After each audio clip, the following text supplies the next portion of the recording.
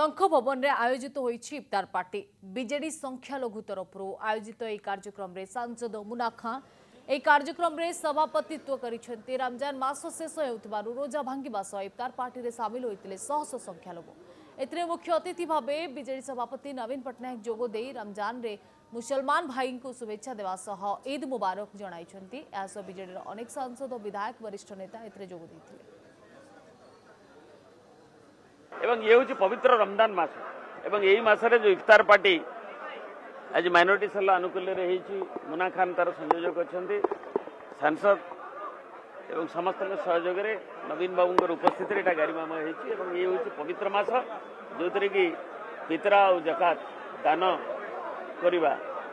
अन्य को उपवास करवा जो आजिकल इंटरमीडिएट फास्टिंग जो कथाटा उठी उपवास जमी आमर भी विभिन्न धर्म भी अच्छी एवं सबुठी स्वास्थ्य को ठीक रखा निरोग रहा आल्ला पाखे समर्पण ठाकुर पाखे रखा 2000 मसीहार आम इफ्तार पार्टी चलता सब वर्ष एमती उत्साहित होकर समस्ते आसती आमर नेता नवीन पट्टनायक सब बड़े आसती विगत 2019 इफ्तार पार्टी हो पारानी तार कारण हूँ 19 मसीहार निर्वाचन है कोड ऑफ कंडक्ट है आम करूँ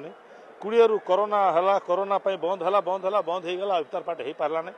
अनेक वर्ष पर इफ्तार पार्टी होती समस्त उत्साहित अच्छा आज आम नेता नवीन पट्टनायक को माइनर कम्युनिटी भाई मैंने जो